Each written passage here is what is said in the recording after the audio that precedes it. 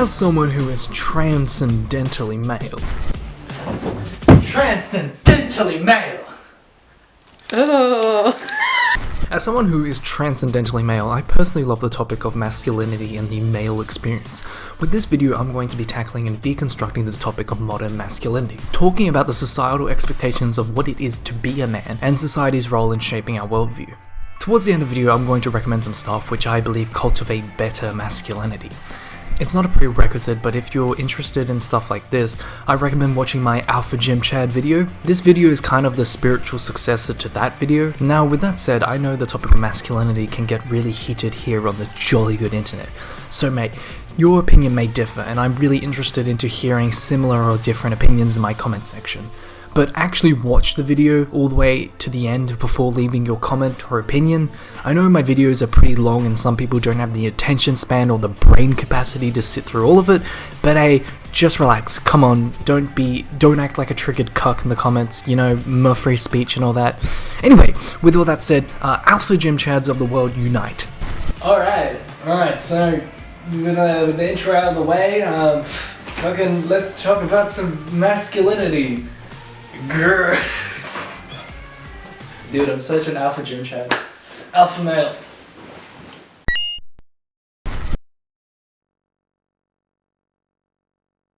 So masculinity, something I love and love talking about. Masculinity, I have it, you have it, he's not very well served in it. Where to begin here? Well, to begin, let's first talk about the juxtaposition and the dichotomy between gender and sex. Let's start about defining what it means to be a man in the biological and social sense of the term. Contrary to popular social belief, gender and sex are not the same thing. The general consensus within academia is gender and sex are two separate things. Gender is performative while sex is biological. Let's start with sex first.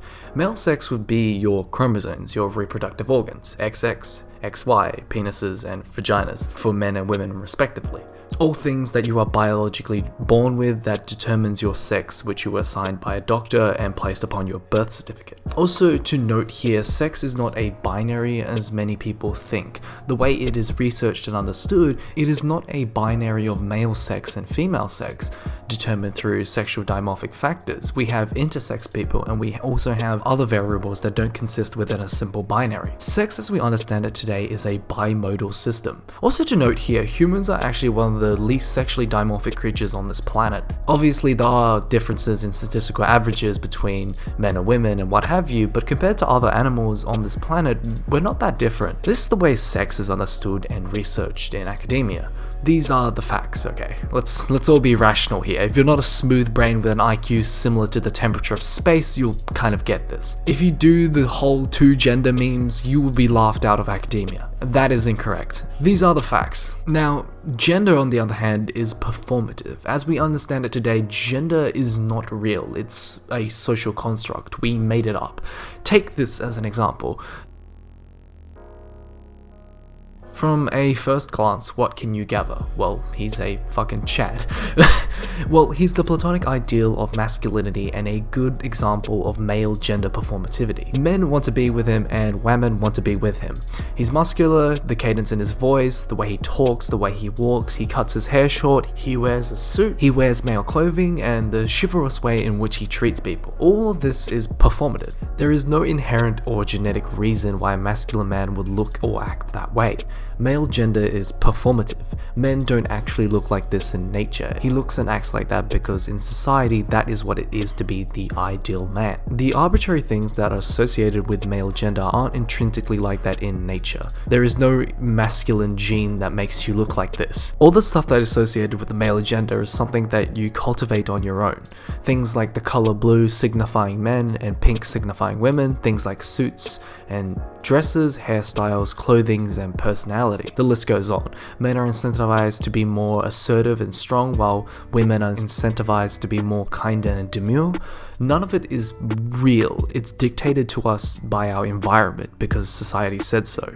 If the societal expectation of male gender performativity and what it would mean to be masculine was wearing dresses and having long hair, that's what it would be. Also to note here, gender performativity isn't a bimodal system like sex, it's a spectrum. Your biological sex could be male and you could exhibit very feminine feminine traits, usually associated with female gender performativity. Your biological sex could be female and you could exhibit very masculine traits, usually associated with male gender performativity. Your gender performativity could be ambiguous. You could be somewhere in between or at each ends of the spectrum. Also, if you're one of those very rational people and you're still a little bit skeptical about these concepts, let me just clarify here once again that this is not my opinion. This isn't some sort of radical gender commie theory.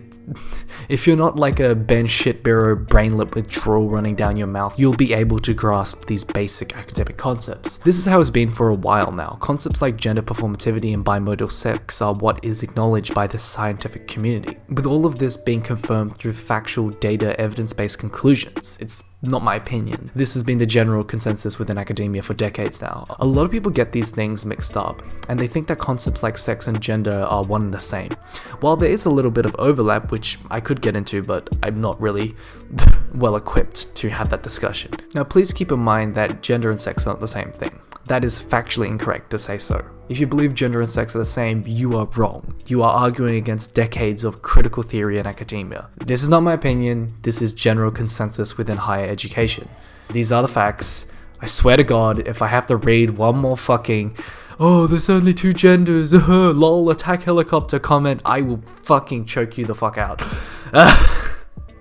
I take it you get the rough idea. You know, we created these roles and societal expectations because of, you know, living in a society. You know, we're living in a society.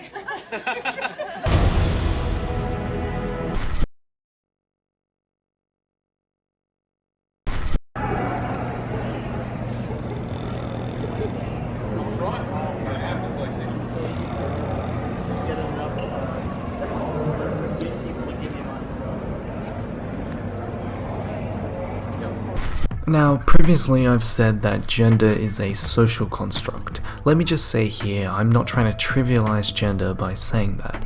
I know when people hear something is a social construct, they tend to feel as if it's been trivialized. I'm not trying to do that. Even if something is a social construct, it means a lot to people and has significant weight in society. Hey, it means a lot to me. Okay, now we got the basic academic theory behind sex and gender, let's talk about what it means to be a dude. Well, in short, to be a man is to be masculine. So what are the traits associated with masculinity? Well, first off, to be masculine is to be swole, to be physically strong, going to the gym and what have you. Another is to be chivalrous, the way in which you treat women. Quick aside, the whole concept of chivalry is kind of it's kind of sexist. Like the idea of like paying for a woman's meal and like you having to take care of them because they're like not as capable. You know, fuck that. They can pay for their own meal. You know, gender equality. Yeah, that's why I don't pay for meals on dates. I'm so woke on gender equality. Anyway, more examples. Another trait associated with masculinity would be to be heterosexual. You have to be presentable, you have to be tall, you have to be financially secure, you have to be confident. I could keep going, but I don't have time. What are all these things that are associated with masculinity have in common? Well, in short, they're all prescriptive statements. They're not descriptive statements. No one in nature is naturally any of these traits. This is not the default state of man. When we talk about men in society, we don't talk about what men are, we talk about what men should be. There's nothing in male biological genetics that says to be a masculine man is to be chivalrous or make a lot of money. Now, we have a general conception about masculinity. We have to talk about toxic masculinity. Okay. I am a Western chauvinist. And I refuse to apologize for creating the modern world. None of these fucking fat fucks created the modern world. Creating the modern world. Gentlemen. 3, 2, 1. Greek nuts. 1. Cheerios. 2. Frosted Flakes. 3. Cocoa Puffs. 4. I like it. 5. Yeah. This is the state of Western masculinity. What the fuck? Guys, what the fuck happened? I thought, are we meant to be defending the world from for not being cucked? Like, what the fuck? You all look like simps. I know a lot of people get triggered when they hear the word toxic masculinity. You know, the menoids don't really like the word. I get it. I don't like the word.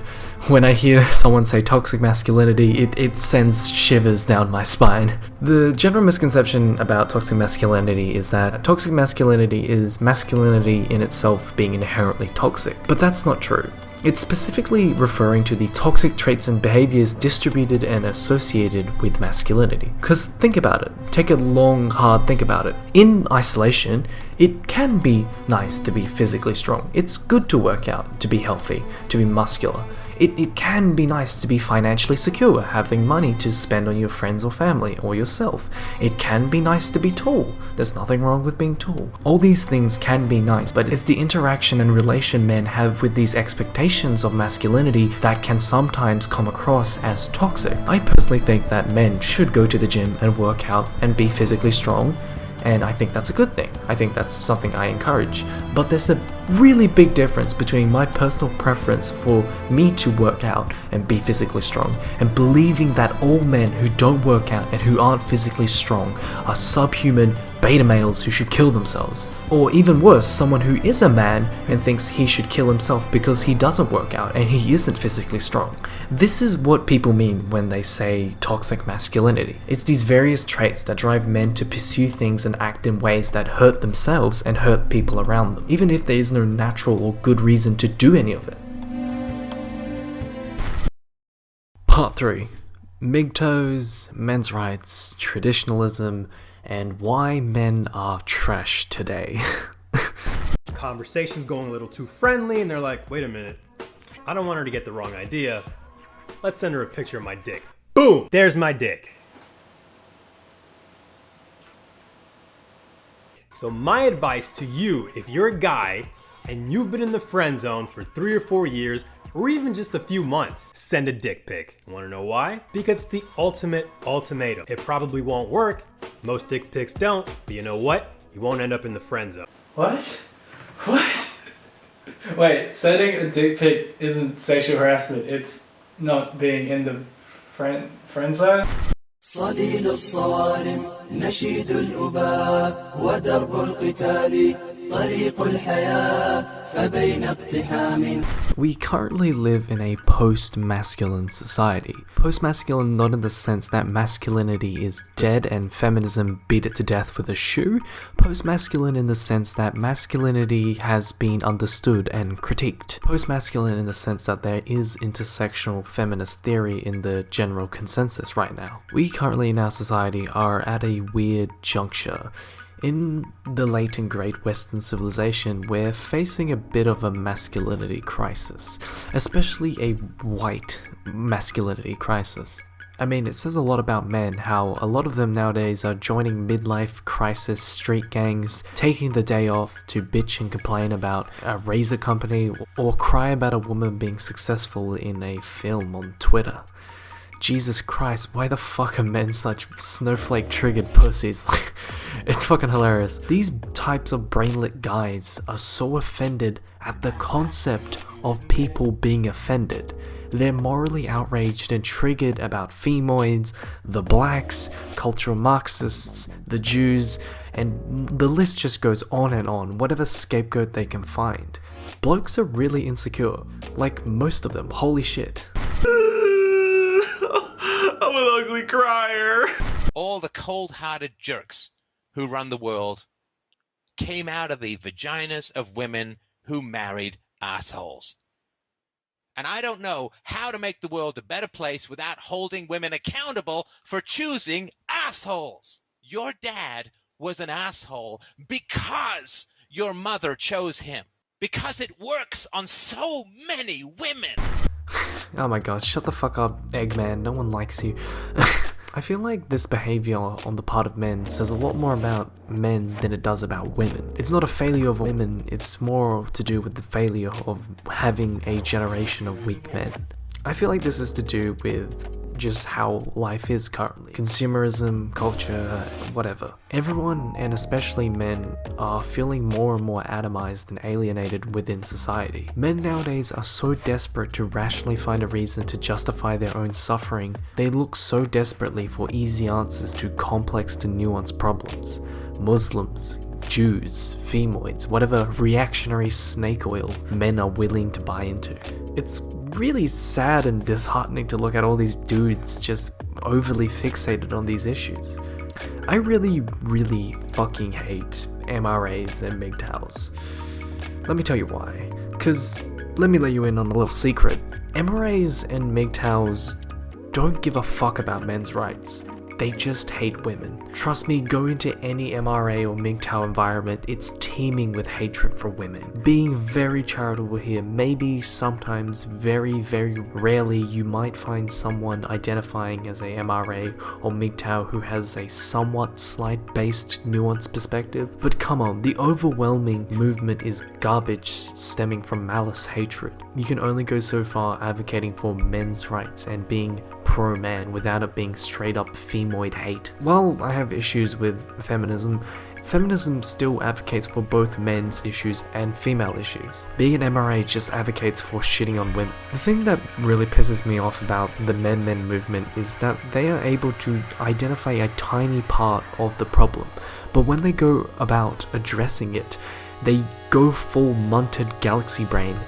We are tired of having to put up with incompetent women as our bosses. We are tired of people saying that men and women are the same. And that is why none of this shit about men's rights isn't taken seriously. None of this is stemming from actually wanting to improve or evolve the male experience. It really says a lot about men nowadays that they are so triggered and offended over anything that uproots their pathetic narrow view of masculinity, which is dangling from a thread. Just seeing a competent woman or a fucking razor commercial sends them into a fucking tailspin. I personally knew a male friend of mine who would suffer through having horrible dry skin, refusing to moisturize because he thought it would be feminine or gay to moisturize.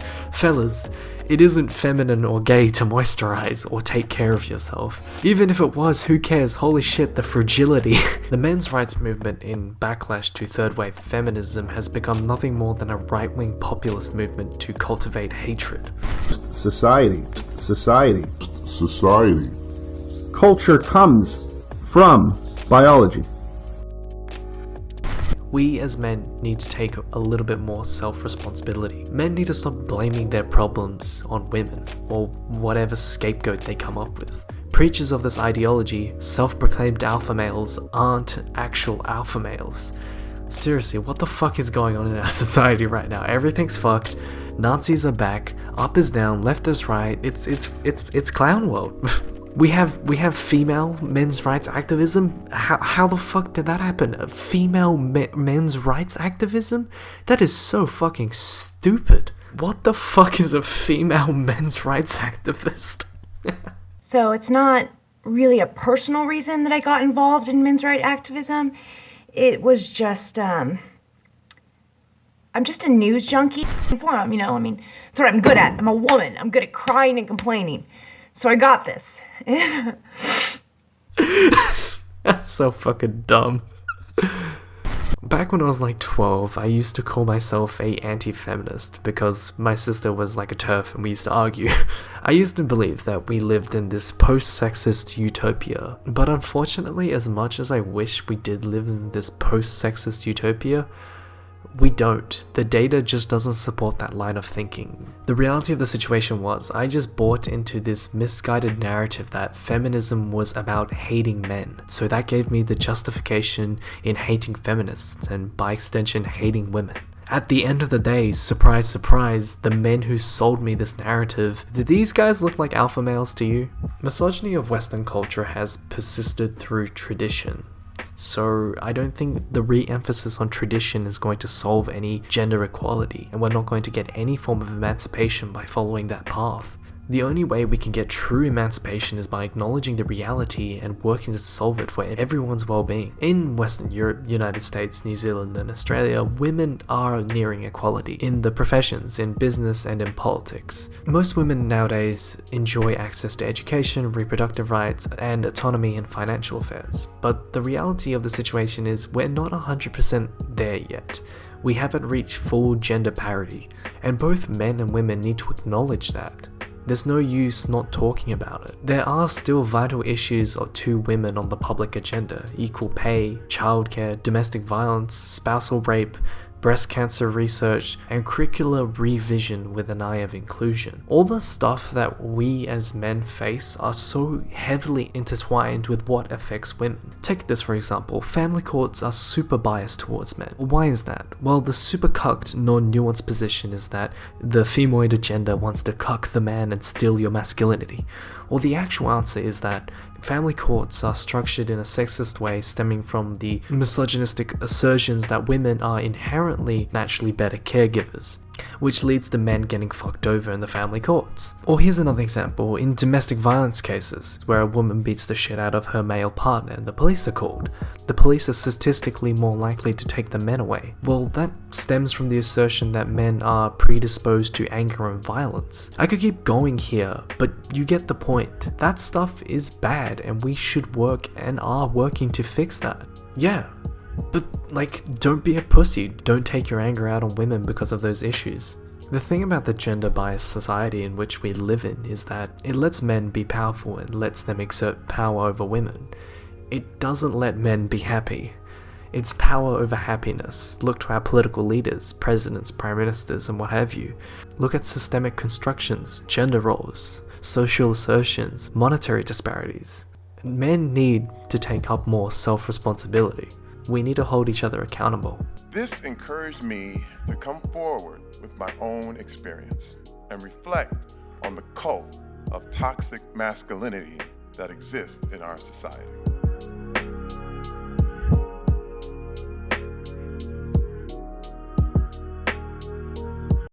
Part 4. Conclusion. Cultivating a better model of masculinity. Where what they seek to do is to critique. It's a culture of critique where they seek to critique and admonish and take the wind out of everything that is good, everything that is heroic, everything that is powerful and resonant about Western and European, more importantly, people. Why? I don't know, it just appears that the media, Hollywood, the government, finance, Wall Street, international finance in particular, has this pernicious grudge, hatred of the European people, of Christ, of Christianity, of the West. Of the West. I'm lucky in the sense that I really like my gender. I do. I like being a bloke. I'm glad I was born in this body. I like my body. I like the idea of being performatively masculine. I like the idea of masculinity presenting male. I like the idea of growing up as a hyperactive boy and then over time slowly maturing into a wise old man. But I am willing to acknowledge that these are personal preferences, and men and people who experience and don't subscribe to these ideas aren't subhuman. There are varied good models of masculinity. We need to cultivate better masculinity, because right now, what the fuck? I wholeheartedly believe we on the left need some sort of men's rights movement. I know that's a hot take. The problem with having a men's rights movement on the left or on BreadTube, well, it's in the name, men's rights and women's rights. Because as men, we have all the rights. We've always had all the rights. We've never been barred from doing anything. There's no history of male oppression by women. There's no matriarchal societies where men are treated as second-class citizens. All the stuff that men have to deal with is the social expectations of manhood and what it is to be a man, and the idea of gender roles and how that affects us, and just the way in which we view ourselves. Right now, it's kind of hard for men to get behind feminist rhetoric. Normie men can't really get behind feminism. It takes so much effort to bring them over. I think this is stemming from the fact that male feminists have a pretty bad... The consensus about a male feminist is pretty bad. When someone thinks of a male feminist, they probably think of like a soft boy who's just saying, oh, I'm a feminist. I understand the female experience just so he can get laid, you know. It seems a bit you know. Circling back to this idea of an actual good men's rights movement, I don't know what it would be called. I don't even know if it will happen. I know throughout this video I've painted a big uphill battle for men, but I'm hopeful. I like the term bread-pilled that men are taking up in online discourse. There are actual decent men's rights activists popping up, far and few between, but they do exist. Non-hateful communities posting up online in IRL. Fellas, please don't take the black pill. Society. All things considered, it's looking good. So to end this video, I'm just going to give you some small tips that I feel like cultivate better masculinity. Go to the gym if you want to. It's good for you. I think it's healthy and it's a nice place for camaraderie and friendship, and it's a good way to vent off stress. 2. As the fragile lobster drug addict once said, clean your room. Unironically, this is great advice. I've been doing this since high school, pre-Papa Peterson. Hear me out. As humans, we have such little control over our lives. We are constantly at the whims of fate. So having something as a sole constant in your life that doesn't change is cathartic. And also, men have really disgusting rooms. I don't understand why men don't clean their rooms. Fellas. 3. Take care of yourself. Whether that be your mental health or just doing a little male grooming, it's fine. If you want to fucking pluck your eyebrows or shave your legs or fucking, I don't know, grow a beard or do all the moisturize, whatever, just take care of yourself. 4. If you're an angry Zoomer dude, like most people and fellas are nowadays, or if you're just an angry guy in general, try channeling your hate at systems and systemic issues instead of individuals or groups of people. 5. Go out of your way to consume good popular culture and art that cultivates and reinforces positive masculinity and femininity. I originally had a whole part about that in this video, but I'm going to save that whole discussion for a video of its own.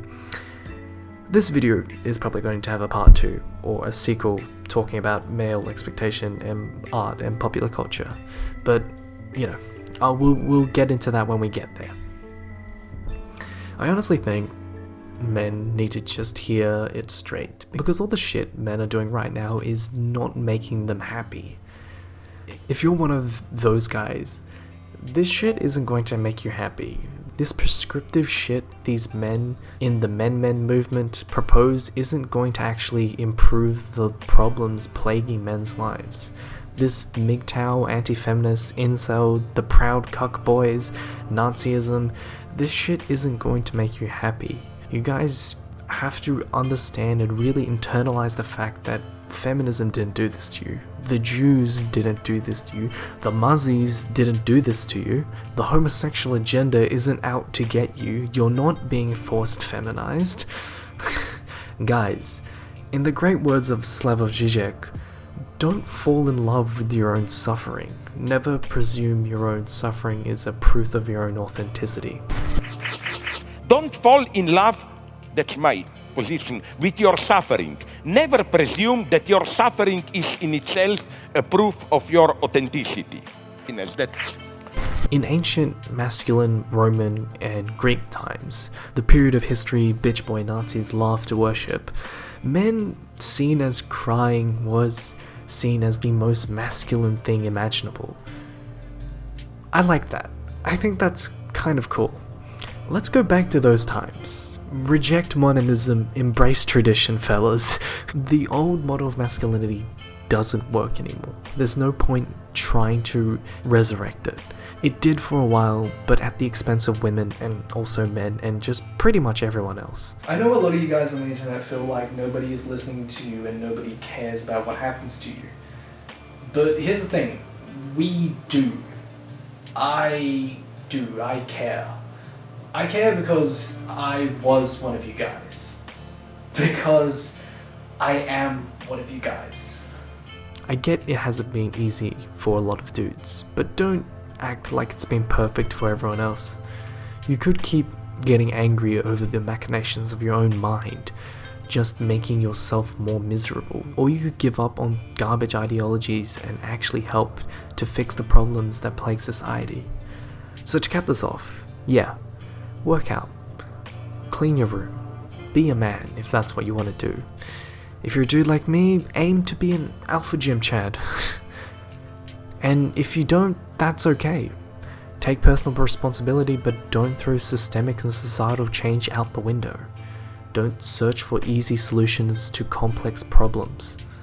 Because at the end of the day, to me, to be a real man isn't to worry about the pathetic bullshit of who is or isn't a real alpha or beta male. The only real beta males in the world are the people who care about that shit, projecting their insecurities onto other people. To me, to be a real man is to throw yourself into the inequalities of this world. It's to commit to making the world a better place for everyone, no matter who they are.